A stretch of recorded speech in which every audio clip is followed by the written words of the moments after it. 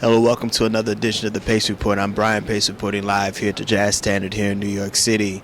Vocalist Gretchen Parlato's latest CD, The Lost and Found, has been getting lots of positive press.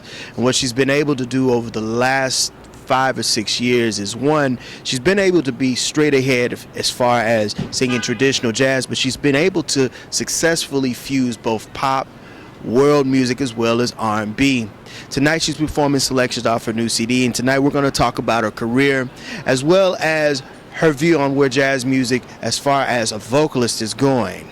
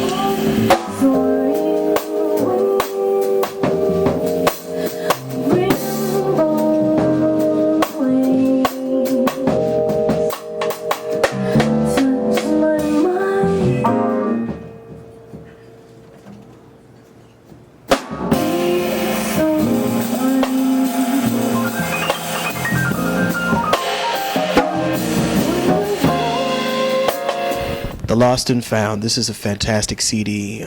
You really have decided to take material from the popular music vein as well as some straight ahead world compositions on this CD.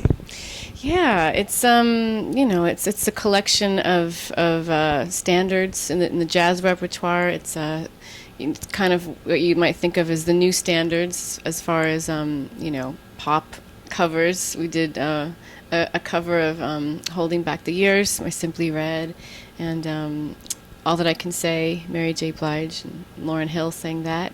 And then there's a lot of original material too, and some Brazilian stuff too. So it's kind of, it's all of my influences kind of, combined, and I don't know what you'd call it. Whenever people are like, what do you do? What kind of music do you sing? I never really know how to answer that. It's just listen and you can decide for yourself. Gretchen, that's a bold approach, because I've always been wondering, we're about the same age, give or take a couple of years, 2 or 3 years. Mm-hmm. And I've always wanted to know why jazz musicians, and in particular playing music of our generation, it's like every now and then I do want to hear someone do a jazzed up version of like you do Weak, or I want to hear something by Coldplay. Mm-hmm. It's pretty easy for you to do that. Yeah, because this is, I think, what you're mentioning, because of our age, our generation. I think it's common that people are incorporating music that we've all grown up with, and these are songs that are popular, and that's what jazz, what it was and what it should be. It was popular music of the day. So I think it makes sense, if we want to keep it going and developing and growing, that we can think of some way of kind of combining and integrating other kinds of genres. It's just a very open term now. It can be debatable and get very heated about like what is jazz, and but to me it could be anything. As long as it's coming from some kind of similar place, and it's coming from tradition, the same roots, but then it can branch out to anything.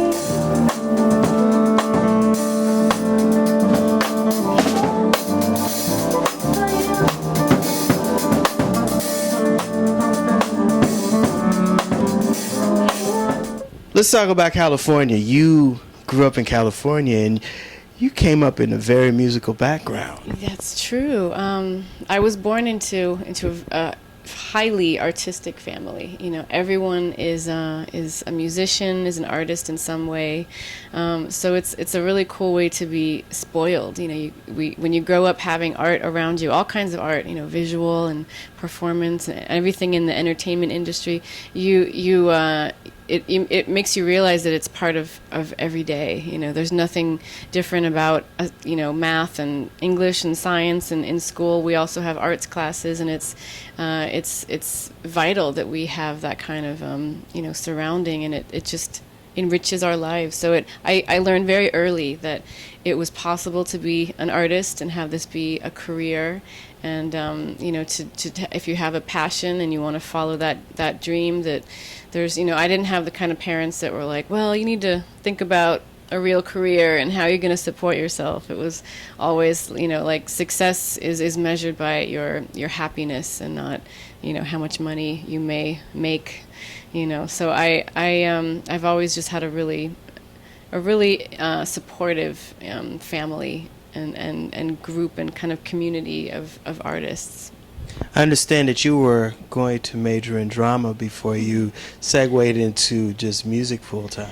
That's true. When I auditioned for this arts high school in Los Angeles, and there was a time where I thought, well, maybe I'll go into theater, because I was interested in that as well. The same interest I had in music, I was also in theater class, and it was, you know, being young and, you know, whatever, 14 years old, looking at the audition requirements and just making a decision that was like, well, it's easier if I just sing something than to like memorize this monologue. And, you know, it's hilarious that that's what determined that path. But, you know, in the bigger picture, there's definitely a reason why I went on and you know, studied music in high school and then continued on that path. But, you know, yeah, theater and, you know, acting and being silly and putting a wig on and making up a character, that brings me the same kind of joy that singing does. So I'd love to, you know, somehow incorporate that into what I do also.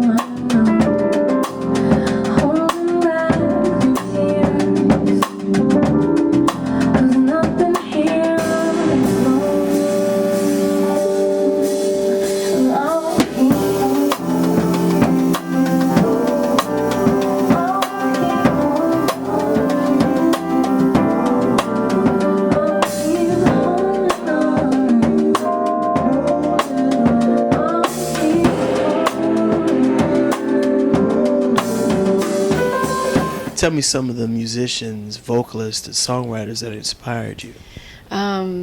Yeah, I mean, early on, I heard Bobby McFerrin, you know, and my grandmother used to play Sarah Vaughan and Ella Fitzgerald and Nancy Wilson, you know, musicals. So I heard like Julie Andrews' voice, and, you know, I grew up in the 80s, so it was all kinds of pop music, you know, Michael Jackson and Whitney Houston and Madonna and all kinds of new wave artists.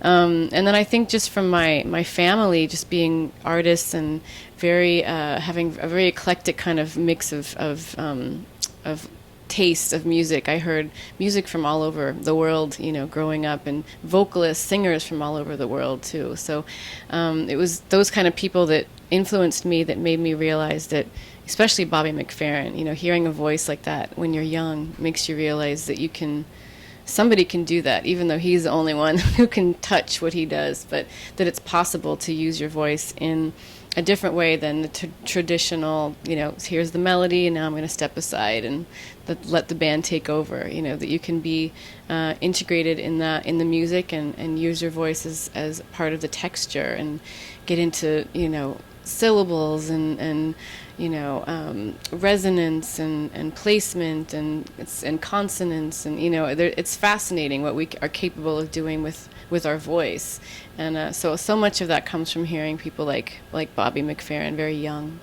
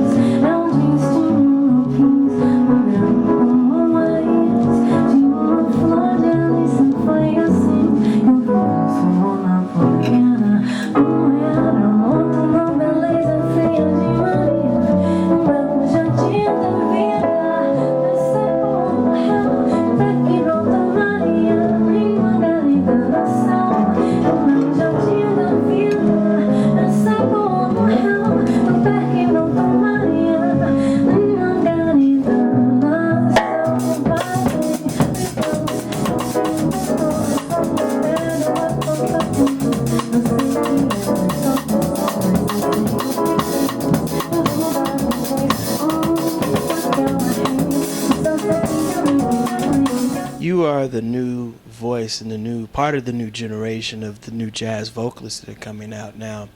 Where do you see yourself going musically, and where do you see other female vocalists like yourself taking this music to the next level? That's a good question. I think those kind of things, they happen without without us, without me even realizing it. I think really it's about being true to yourself and completely honest about who you are and what you're doing.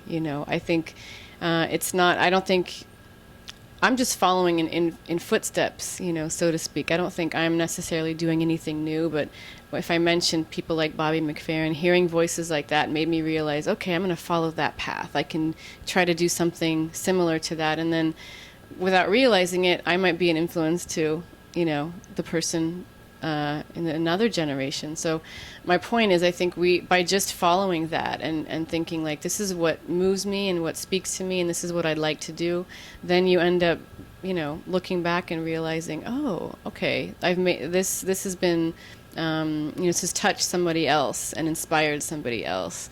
So it's not really about trying to, let's change the world of jazz and let's, anything like that. To me, it's really about complete, pure honesty with what you do in your art. That'll do it again for another edition of the Pace Report. I'm Brian Pace, reporting live here at the Jazz Standard here in New York City.